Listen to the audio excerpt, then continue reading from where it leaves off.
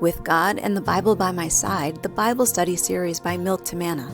Today's Bible study topic will be on prayer and how Jesus taught his disciples to pray. Our topic can be found in the New Testament in two of the Gospels.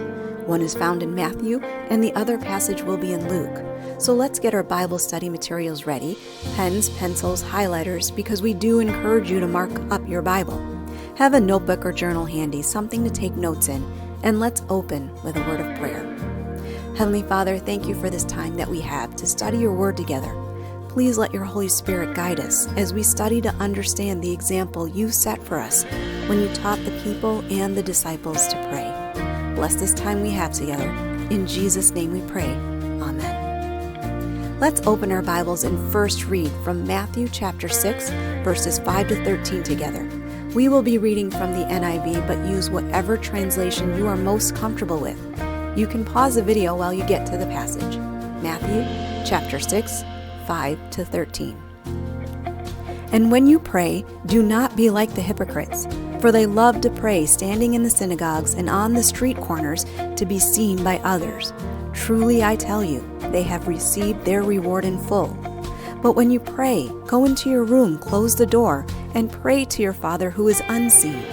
Then your Father who sees what is done in secret will reward you. And when you pray, do not keep on babbling like the pagans, for they think they will be heard because of their many words. Do not be like them, for your Father knows what you need before you ask him. This, then, is how you should pray. Our Father in heaven, hallowed be your name. Your kingdom come, your will be done, on earth as it is in heaven. Give us today our daily bread, and forgive us our debts, as we also have forgiven our debtors. And lead us not into temptation, but deliver us from the evil one. Now let's turn to Luke chapter 11, verses 1 through 4. Again, pause the video if you need to as you turn to the passage. Luke 11, 1 through 4.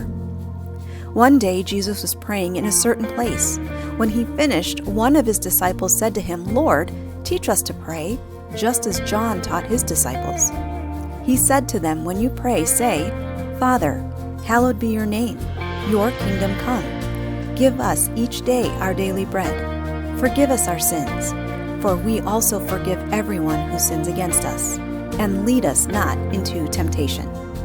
Now that we've read the passages, let's take some notes. And here's how we like to take notes on our channel. First, let's study the key points and facts about the passage, the who, what, and where.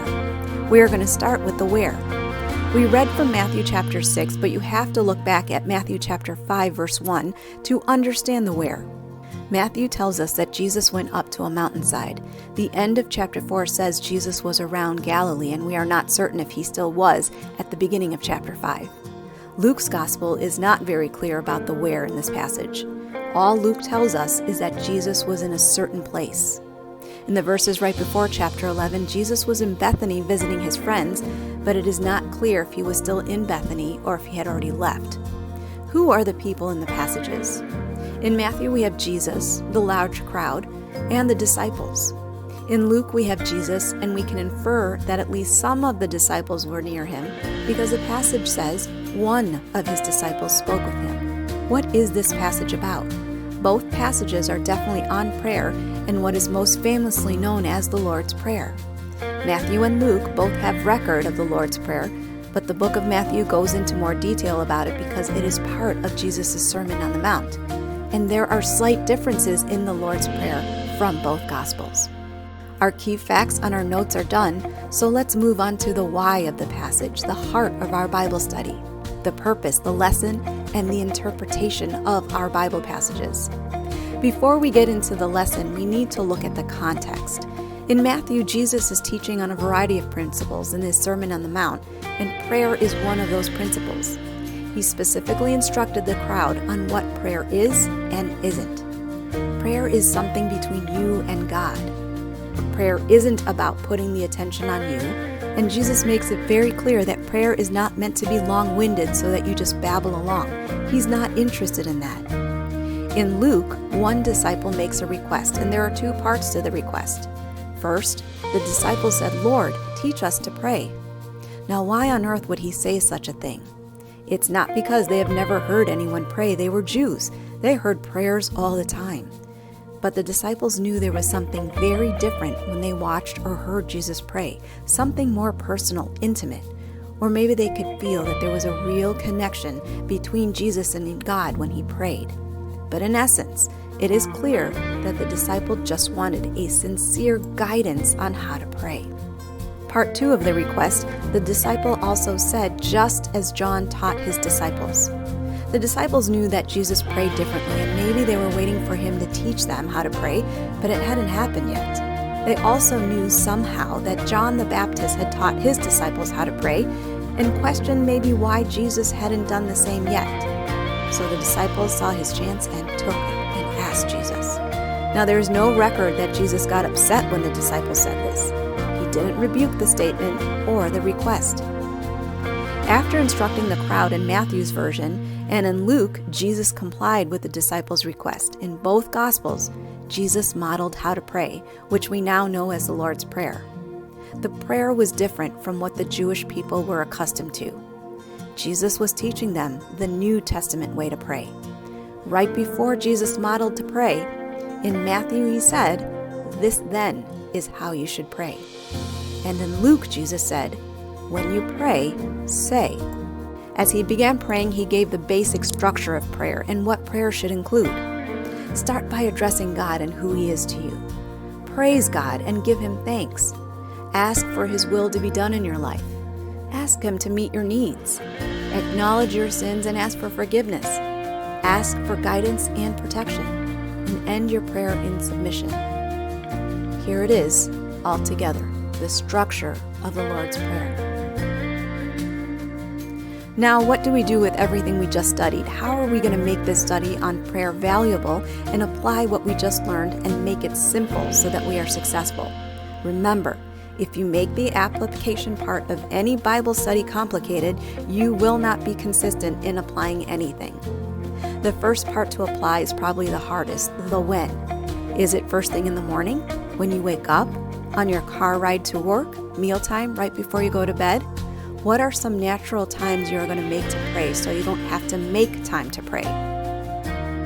Are you going to try every day or just a couple days a week until it is natural and routine for you to pray? The second part to applying prayer is the how. That could be hard when you first start because you may feel you don't know how to pray. But remember Jesus' words. Don't babble and make it long-winded. Your Heavenly Father is not interested in that. Look to our notes on the structure of the Lord's Prayer, or use the Lord's Prayer as your guide until you can pray and use your own words. But for more structured guidance, here are 2 other ways to help you.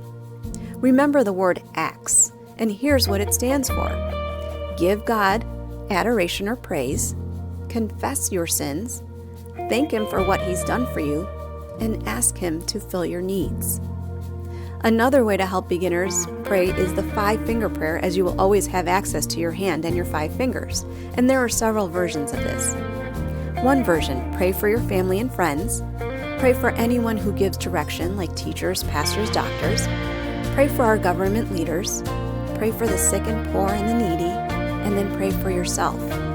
Another version, give adoration, confession, thanksgiving, intercession, and petition. Regardless of the cheat sheet, examples, or structure, the most important thing to do is to start. Your Heavenly Father wants to hear from you. The last part of our Bible study notes is questions. Has anything come to mind during this study? Write it down. Do you want to know more about the structure of prayer or why we need to pray? Have you noticed the ending of the Lord's Prayer of, "For thine is the kingdom, and the power, and the glory forever," is not found in all the translations, and why is that? Why are the accounts in Matthew and Luke of Jesus modeling how to pray the Lord's Prayer is so different? Maybe you have something else that triggered in your brain and you want to look more into that. Write it down and look it up. If you do want to leave us a question, drop it in the comments and we will do our very best to give you a biblical response. Summarizing our time together today, in the Gospel of Matthew, Jesus taught a large crowd how to pray, and in Luke's Gospel, one of Jesus' disciples requested Jesus to teach them to pray. Jesus gave us a structure, a model to follow, but most importantly, he set the example that even the Son of God prayed to his Heavenly Father, and so should we. prayer does not have to be long and complicated. Prayer is worship, a time for you to connect and communicate with your Maker, your Heavenly Father. Let's close with our own word of prayer. Heavenly Father, thank you that your Son Jesus was able to model how we should come to you in prayer.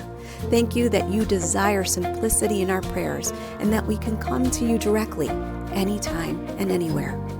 May your Holy Spirit guide us when we pray, and may our prayers be a sweet time of fellowship with you. In Jesus' name we pray. Amen.